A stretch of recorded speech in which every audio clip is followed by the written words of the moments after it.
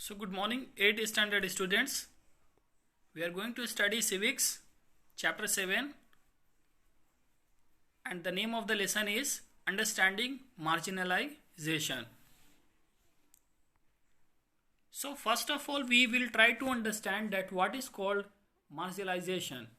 To be marginalized is to be forced to occupy the sides or fringes and thus not be at the center of things. To explain this topic better, you can see this picture. In this picture, you can see that three peoples are outside of the circle. Okay, so they cannot participate in the opinion what all others are having, right? Or maybe they are excluded from the group. So this is only called marginalization. So today in this video we will discuss about that how someone can be socially marginalized. This is something that some of you have probably experienced in the classroom or playground. So first of all, you have to think your own experience that sometime this happened with you or not. Example, different taste in music or film. So if you are having different taste in music or film, you are marginalized.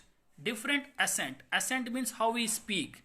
If you dress differently, etc. So that time you think you are excluded from the group. The chances are that you will not be considered in by your peers under the above. Means you are excluded from a group because of some reason, and the reason can be your taste in the music or film. The reason can be your language, how you speak. The reason can be your dressing sense, anything it can be, right? So under marginalization, you end up feeling that you are not with it, as if what you say, feel and think and how you act are not quite right or acceptable to others. So how you feel, think or do, that is not acceptable to others. That time the person used to think that I am marginalized. As in the classroom, in the social environment too, groups of people or communities may have the experience of being excluded. So once again we can see one more picture. Here you can see that 1, 2, 3, 4, 5. This 5 peoples we can say they are in group and one is excluded. These 5 people in group and one is excluded. So the red one, what he will think that I am not in the group with the black one and I am marginalized. So we will discuss now what are the reasons for marginalization. It can be language, it can be religion, it can be economic status, it can be cultural background. How language? Example, someone is coming from South India and he started speaking Tamil and we all speak here Hindi, right? So what he will think that I'm not in the group, and maybe we will also not become very familiar or friendly with him easily because we don't understand his language. So in that case he can feel that I am marginalized. Religion, it can be religion also. Maybe so many peoples are practicing different religion, okay, and few peoples are practicing different religion, and if some religious ceremony is going, so that time the person can feel that I am not in the group because of different religion, right?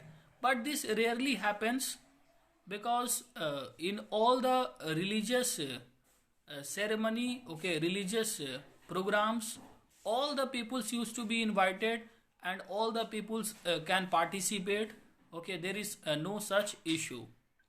Economic status, economic status means someone used to be rich, someone used to be poor, someone used to be in middle. So those who are very poor, they can feel that we are not in the group of society. No one is there to listen us. No one is there to speak to us. So that time also they can feel that they are marginalized. And finally, the cultural background. Sometimes what used to happen, that because of different culture also, the peoples used to feel that they are marginalized, they are not in the group, or others people are not accepting how you are. Okay, how are marginalized groups viewed? Hostility and fear. This sense of difference and exclusion leads to community not having access to resources and opportunities, and in their inability to assert their right. So finally, what used to happen, if any person or any group of people, if they are excluded, so they will not get the opportunities, they will not access the resources, and they will not get their own right. Okay, all the fundamental rights they will not get if they are marginalized, right? In this chapter, you will read about two communities that are considered as socially marginalized in India today. They are, first one, Adivasis, and second is religious minority. So how they are socially marginalized means means they are not in the group, like this we can say. So this is the picture, you can see Adivasi tribes. So generally what is our stereotype thinking, children, that Adivasis used to be very tribal, and they used to move from place to place, they used to be illiterate, but this is not like this. Okay, so many Adivasis are there now who are IS officer. So now the things have changed a lot, the government has done a lot of thing, and the government is still doing, and we should also contribute something towards the society so that we can make it a better place. Who are Adivasis? Adivasis, the term literally means original inhabitants. Original inhabitants means Adivasis are communities who lived and often continue to live in close association with forest. Generally, where they used to live? They used to live nearby the forest, because they used to depend completely on the forest only, right? Tribal groups are referred to as Adivasis. What is the percentage of Adivasis in India? Around 8% of India's population is Adivasi. Many of India's most important mining and industrial centers are in Adivasis areas such as Jamshedpur, Rawalkeela, Bokaro, Bhilai, and others. So generally what used to happen, that these industrial areas used to be nearby the forest. Okay, nearby the forest, mining or industrial area. So that area who were living, Adivasis were living. So they used to face the problem of migration also. They are migrated to other places where they cannot practice their tradition or culture. So like this, so many issues are there which we are going to discuss and we are going to learn. Adivasis are not a homogeneous population. Don't think all Adivasis are same. There are over 500 different Adivasi groups in India. So in our country only, we have more than 500 different Adivasis group in India. Adivasis are particularly numerous in some state. Okay, means they are having more population in some state. Right. So here you can see the stereotype image of Adivasis. A state like Orissa is home to more than 60 different tribal groups. So only in Orissa, what you can get? More than 60 different tribal groups.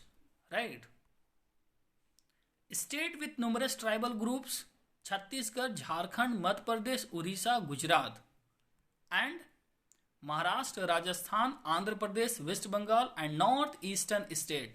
So there you can get so many Adivasi or tribal groups. Why are Adivasi society most distinctive? Means why they are excluded? What is the reason? Adivasi societies are also most distinctive because there is often very little hierarchy among them. Okay, hierarchy system is nearly not present in Adivasis. This makes them radically different from communities organized around principle of Jati Varna caste or those that were ruled by kings. Hierarchy means children, in simple words, if I have to say, there used to be channel. Okay, like the officer is there, his senior officer is there. Okay, his senior officer is there. So this is called hierarchy. In Adivasi, all are equal, right? No hierarchy system is there. So they are excluded and different from others. Why are Adivasi society most distinctive? This we have discussed.